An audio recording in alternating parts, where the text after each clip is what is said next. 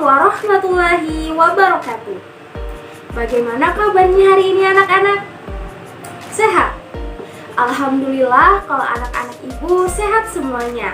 Nah, sebelumnya perkenalkan, nama ibu adalah Ibu Mardia. Sebelum mulai belajar, kita berdoa terlebih dahulu ya. Ayo diangkat tangannya, kita berdoa bersama-sama. Bismillahirrahmanirrahim. Raditu billahi robba wa bil islami dina wa bi muhammadin nabiyya wa rasula. Rabbi zidni ilma warzuqni fahma birahmatika ya arhamar rahimin. Amin. Nah, alhamdulillah tadi kita sudah berdoa sebelum belajar. Selanjutnya anak-anak jangan lupa untuk mengisi list absennya ya. Dan juga jangan lupa anak-anak untuk menyiapkan buku tema 1 dan alat tulisnya ya. Nah, selanjutnya Ibu akan menyampaikan tujuan pembelajaran terlebih dahulu ya. Hari ini kita akan belajar tema 1, subtema 3, pembelajaran 2. Tujuan pembelajarannya, siswa mampu mengetahui bahwa keberagaman akan memperkaya kita bekerja sama dengan terperinci. Yang kedua, siswa mampu menceritakan pengalaman diri dalam keberagaman dengan terperinci. Yang ketiga, setelah berlatih, siswa mampu mempraktikkan tari bungang jumpa dengan formasi dan iringan musik dengan benar. Selanjutnya, simak penjelasan dari Ibu dengan baik ya. Indonesia memiliki rumah adat yang beragam. Kita harus mensyukurinya. Ayo kita cari tahu lebih lanjut mengenai keberagaman. Keberagaman di Indonesia tercermin pada rumah adat. Kita harus mensyukuri keberagaman dan keindahan rumah adat tersebut. Berikut adalah rumah adat dari berbagai provinsi yang ada di Indonesia. Nah, yang Ibu jelaskan di sini hanya sebagian saja ya, tidak semua rumah adat yang ada di Indonesia. Karena rumah adat yang ada di Indonesia sangatlah beragam. Yang pertama, ada rumah gadang. Apakah anak-anak masih ingat rumah gadang berasal dari mana? Iya, Masya Allah, pintar sekali. Rumah gadang berasal dari Sumatera Barat atau yang disingkat dengan Sumbar. Yang kedua, ada Rumoh Aceh. Apakah kalian tahu Rumoh Aceh berasal dari mana? Iya, Rumoh Aceh berasal dari Nangro Aceh Darussalam. Yang ketiga, ada Rumah Balai Batak Toba. Rumah Balai Batak Toba berasal dari Sumatera Utara atau yang biasa disingkat dengan Sumut. Nah, yang keempat, ada Rumah Adat Tongkonan. Rumah Adat Tongkonan berasal dari Sulawesi Selatan atau yang biasa disingkat dengan Sulsel. Di Sulsel adalah suku Toraja. Yang kelima, ada Bayi Leo. Bayi Leo adalah rumah adat yang berasal dari Maluku. Selanjutnya, ada rumah adat dari Bangka Belitung. Untuk ini adalah rumah adat terakhir yang Ibu tampilkan.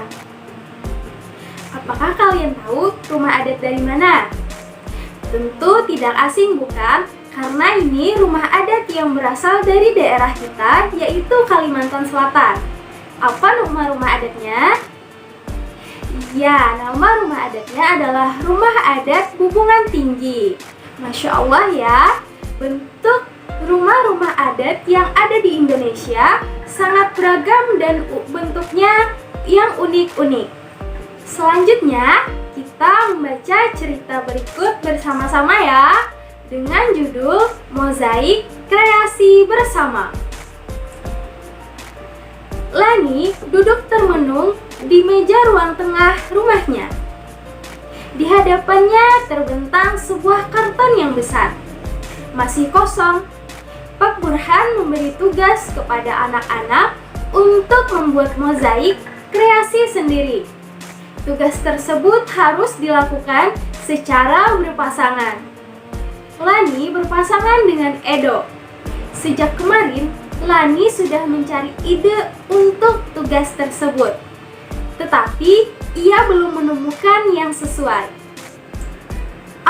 Tunggu Edo saja, pikir Lani. Tugas bersama akan lebih baik hasilnya jika dikerjakan bersama. Beberapa saat kemudian, Edo datang. Benar saja dugaan Lani. Edo sudah mempunyai ide untuk mozaik mereka. Usul Edo adalah membuat mozaik rumah adat. Edo berasal dari Maluku. Ia sudah punya contoh gambar rumah adat Maluku. Baileo namanya. Menarik, Lani pun memberi usul untuk membuat juga mozaik rumah adat dari daerah lain. Rumah gadang dari Padang, rumah kebaya dari Betawi, rumah Aceh, rumah joglo dari Jawa, atau rumah limas dari Sumatera Selatan. Rumah adat daerah-daerah Indonesia memang beragam dan unik. Mozaik rumah adat akan menjadi kreasi yang menarik. Selain itu, ketika nanti teman-teman mencoba merangkai mozaik, mereka akan belajar juga tentang keberagaman rumah adat Indonesia. Pak Burhan memang sengaja memberikan tugas membuat mozaik secara berpasangan. Bukan hanya untuk mengasah kreativitas, tetapi juga memunculkan diskusi, mengasah kerjasama, serta memecahkan masalah bersama-sama. Sama seperti mozaik, ketika keping-kepingnya digabungkan, menjelma menjadi gambar yang indah. Selanjutnya ada beberapa soal. 1. Ada apa ide yang dimiliki Lani? 2. Apa ide yang dimiliki Edo? 3. Bagaimana mereka menyikapi ide-ide berbeda? 4. Apakah ide mereka yang berbeda memberikan manfaat? 5. Kerjasama apa yang terlihat pada cerita di atas? Nah, kita jawab bersama-sama ya. Yang pertama, apa ide yang dimiliki Lani? Coba anak-anak, apa ide yang dimiliki oleh Lani? Iya, pintar. Ide yang dimiliki Lani adalah membuat mozaik rumah adat dari daerah lain. Yang kedua, apa ide yang dimiliki oleh Edo? Ide yang dimiliki oleh Edo adalah membuat mozaik rumah adat Maluku. Yang ketiga, bagaimana mereka menyikapi ide-ide yang berbeda? Ayo, apa? Jadi, mereka menyikapinya dengan cara menghormati ide yang disampaikan oleh seseorang atau teman kalian. Jadi, jika ada teman kalian yang berpendapat, maka kalian harus saling menghormati tanggapan dari teman kalian. Yang keempat, apakah ide mereka yang berbeda memberikan manfaat? Tentu, ide mereka yang berbeda memberikan manfaat. Apa manfaatnya? Manfaatnya adalah pilihan ide semakin banyak, semakin beragam, dan dapat menambah wawasan baru untuk kita. Yang kelima, kerjasama apa yang terlihat pada cerita di atas tadi? Kerjasama yang terlihat dari cerita tadi adalah kerjasama dalam membuat mozaik rumah. Kira-kira kerjasama apa aja yang ada di lingkungan sekitar kita? Contohnya dalam hal membuat rumah atau ada acara seperti kawinan. Pasti tetangga-tetangga sekitar kita membantu, bukan? Nah, selanjutnya, jika di sekolah, biasanya kerjasama apa yang biasa dilakukan? Ya, mengerjakan tugas bersama teman. Ada juga nih, hal lain yang biasa dilakukan bekerja sama. Contohnya adalah menari.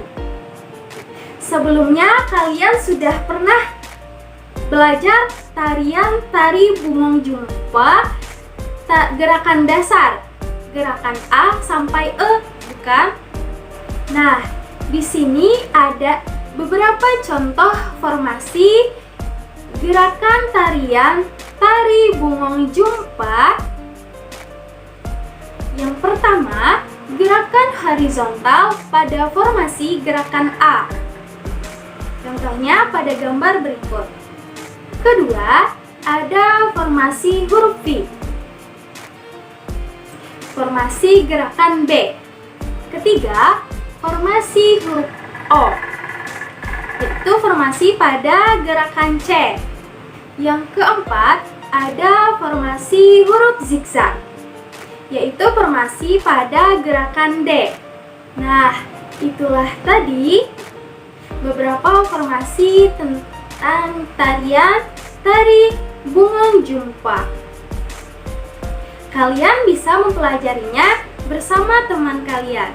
Meskipun kita berbeda, kita harus bisa bekerja sama. Kerjasama dalam perbedaan itu akan semakin memperkaya kita. Indonesia tentu sangat beragam. Berbeda suku, berbeda bahasa, berbeda daerah. Maka dari itu, kita memiliki semboyan, yaitu Bhinneka Tunggal Ika. Berbeda-beda, tetapi tetap satu. Artinya, walaupun kita di Indonesia, berbeda-beda sukunya, berbeda bahasanya, tetapi kita adalah tetap satu, rakyat Republik Indonesia. Nah, itulah tadi pembelajaran kita tentang tema 1, subtema 3, pembelajaran 2. Ada tugas evaluasi. Coba kalian ceritakan pengalaman pribadi kalian dalam melakukan kerjasama. Menceritakannya dengan video dan kirimkan ke WA pribadi ibu ya.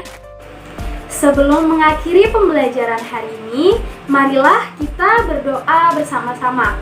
Berdoa sesudah belajar. Bismillahirrahmanirrahim.